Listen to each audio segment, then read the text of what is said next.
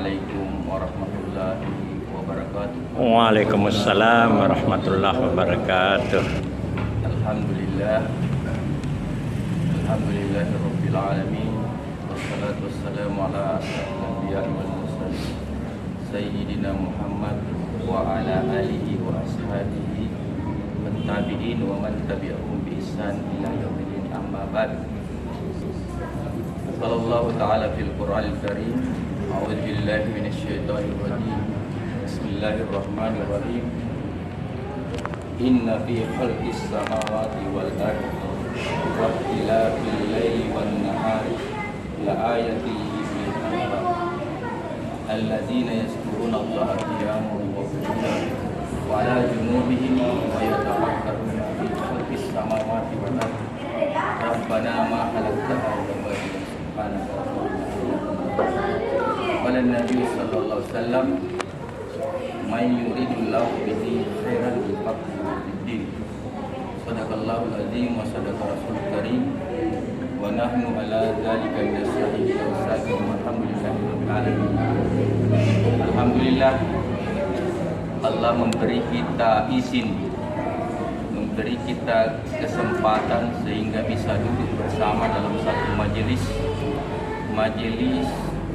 yang dibangga-banggakan oleh para malaikat, majelis yang dimuliakan oleh Allah Subhanahu wa taala. Saya diberi judul. Jadi judulnya adalah dasar-dasar ilmu tasawuf. Jadi kalau lihat dari judulnya ini, kalau dasar itu lebih dalam daripada dasar-dasar. Dasar itu lebih dalam, kalau dasar-dasar naik sedikit. Jadi dasar-dasarnya, kalau kita bicara buah, mungkin kulit-kulitnya, belum isinya. Tapi tidak apa-apa disinggung kalau ada kesempatan untuk menyinggung isinya. Maka jemaah yang dimuliakan Subhanahu wa taala, ya, ulama sampaikan kepada kita bahwa awalnya ilmu ini, jadi ilmu itu adalah segala petunjuk yang datang dari Allah Subhanahu wa taala melalui baginda Rasulullah SAW. Dengan kata lain adalah petunjuk lewat Al-Quran, kemudian dijelaskan oleh Rasulullah melalui hadis-hadisnya. Itulah yang dimaksud dengan ilmu. Maka jemaah yang dimuliakan Subhanahu wa taala, setiap orang punya kemampuan yang berbeda untuk mengetahui ini ilmu. Karena ilmu itu hakikatnya yang mengajar adalah Allah. Allamal insan ma lam ya'lam. Allah lah yang mengajarkan manusia apa yang tidak diketahuinya. Itu pun bergantung dari mujahadah kita. Ada orang bersungguh-sungguh, tapi karena Allah tidak menghendaki, ilmunya biasa-biasa saja. Ada yang kelihatan agak santai, tapi ilmunya karena kehendak Allah, maka Allah yang mengajarkannya. Sebagaimana ayat yang lain mengatakan, wallahu ya'lam wa antum la ta'lamun. Allah mengetahui dan kalian tidak mengetahui. Inilah maka para ulama untuk bisa membahas, untuk mengetahui lebih rinci, biasanya membagi ilmu itu secara tersendiri, ilmu tauhid dan ilmu fikih. Ya. Ilmu tauhid itu adalah ilmu tentang ketuhanan, ilmu tentang sifat-sifat Allah Subhanahu wa taala. Ya. Kemudian ilmu fikih adalah ilmu yang segala yang bersangkutan dengan cara-cara kita beribadah. Mulai dari cara sholat, puasa dan seterusnya. Nah ini. Kemudian ilmu tauhid berkembang, ya, terpecah menjadi dua. Pecahannya adalah ilmu tasawuf. Kalau ilmu tauhid banyak membicarakan tentang Allah, maka ilmu tasawuf banyak membicarakan tentang diri hak seorang hamba. Maka jemaah yang dimuliakan Subhanahu wa taala, berdasarkan ayat yang saya bacakan tadi, yang saya kutip, inna fi khalqis samawati wal ardh Sesungguhnya dalam penciptaan langit dan bumi, wahtilafil laili wan nahar, dan pergantian siang dan malam, la ayatil liulil albab, atau menjadi tanda-tanda bagi orang yang berpikir. Maka ayat ini menginginkan kita, Allah menginginkan kita supaya banyak berpikir, banyak berenung, banyak tafakkur. Selanjutnya, allazina yazkurunallah, seperti apakah itu yang berakal atau orang yang selalu berpikir? Yang benar adalah allazina yazkurunallah, orang yang senantiasa mengingat Allah dalam posisi berdiri, diaman, wa qu'udan, duduk-duduk seperti ini, wala junubihim, kemudian dia baring-baring, wa yatafakkarun, kemudian dia tafakkur lebih dalam lagi daripada berpikir. Ya, kalau berpikir itu tidak terlalu biasa saja, tapi kalau tafakkur lebih dalam lagi. Kemudian berkata, Rabbana ma khalaqta hadza batila, ya Tuhan kami, tidak ada yang Engkau ciptakan sia-sia. Surga diciptakan tidak sia-sia, neraka diciptakan tidak sia-sia. Nah, ini semua tanpa kecuali. Kemudian diakhiri dengan doa, Rabbana ma khalaqta subhanaka qina adzabannar, ya Tuhan, Maha Suci Engkau, jauhkanlah kami dari api neraka. Jadi dipuji-puji, kemudian minta doa. Nah, itulah cenderungan manusia seperti itu. Dipuji-puji dulu, kemudian setelah dipuji, maka orang yang selalu memuji itu hakikatnya ada maunya. Termasuk kepada Allah.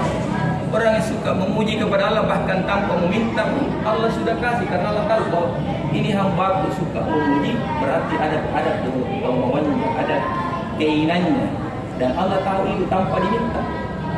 Ya, cuma menjadi ibadah apabila kita meminta. Ya, karena ini perintah. Jadi meminta itu perintah. Wa iza sa'alaka ibadi anni fa inni qarib.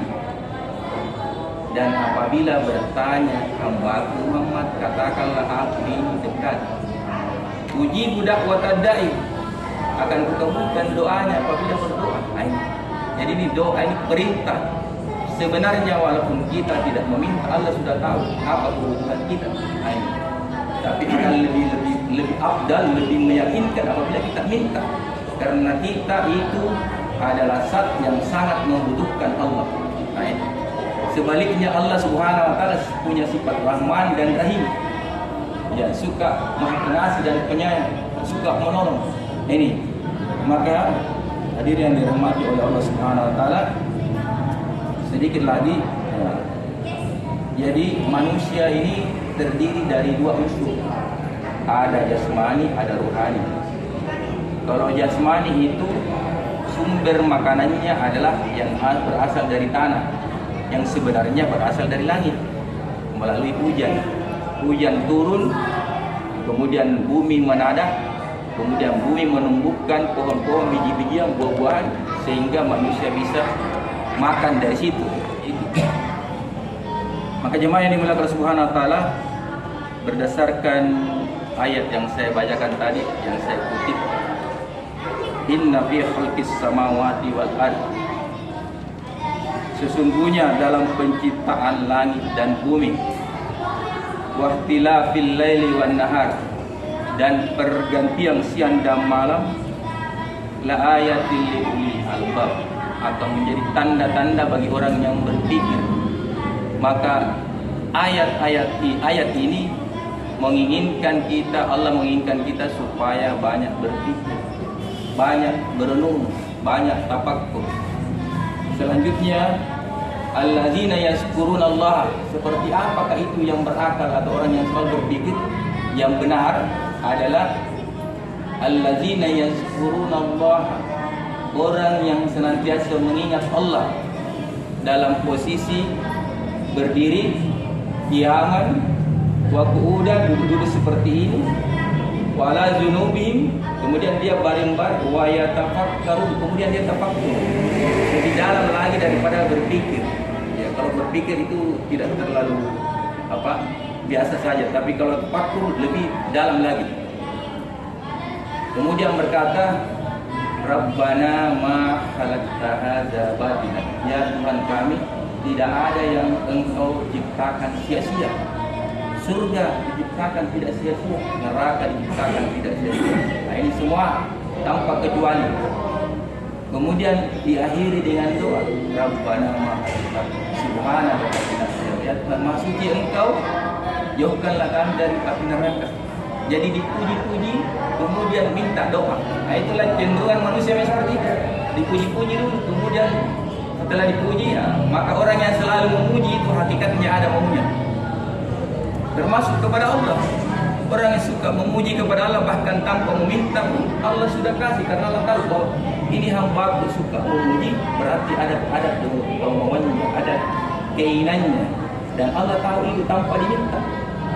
Ya, cuma menjadi ibadah apabila kita meminta. Iya, karena ini perintah.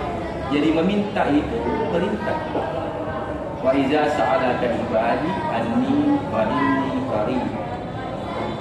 Dan apabila bertanya hambaku Muhammad, katakanlah aku ini dekat. Uji budak watadai, akan kukabulkan doanya apabila berdoa. Jadi ini doa, ini perintah. Sebenarnya walaupun kita tidak meminta, Allah sudah tahu apa kebutuhan kita. Tapi kita lebih afdal, lebih meyakinkan apabila kita minta, karena kita itu adalah zat yang sangat membutuhkan Allah. Sebaliknya Allah Subhanahu wa taala punya sifat Rahman dan Rahim. Ya, suka Maha Pengasih dan Penyayang, suka menolong. Ini maka hadirin yang dirahmati oleh Allah Subhanahu wa taala, sedikit lagi, jadi manusia ini terdiri dari dua unsur, ada jasmani, ada ruhani. Kalau jasmani itu sumber makanannya adalah yang berasal dari tanah, yang sebenarnya berasal dari langit melalui hujan. Hujan turun, kemudian bumi menadah, kemudian bumi menumbuhkan pohon-pohon, biji-bijian, buah-buahan, sehingga manusia bisa makan dari situ. Tidak ada batas. Sementara ibadah ritual itu terbatas. Jadi bagaimana supaya bisa mengimbangi ritual itu? Jadi harus banyak ibadah hati. Jadi itu yang saya meminta pendapat daripada Ustaz, karena Ustaz sudah mempelajari secara berurutan, mungkin ada pandangan-pandangan yang mungkin bisa menambah perasaan kita di sini. Jadi demikian, Assalamualaikum warahmatullahi wabarakatuh.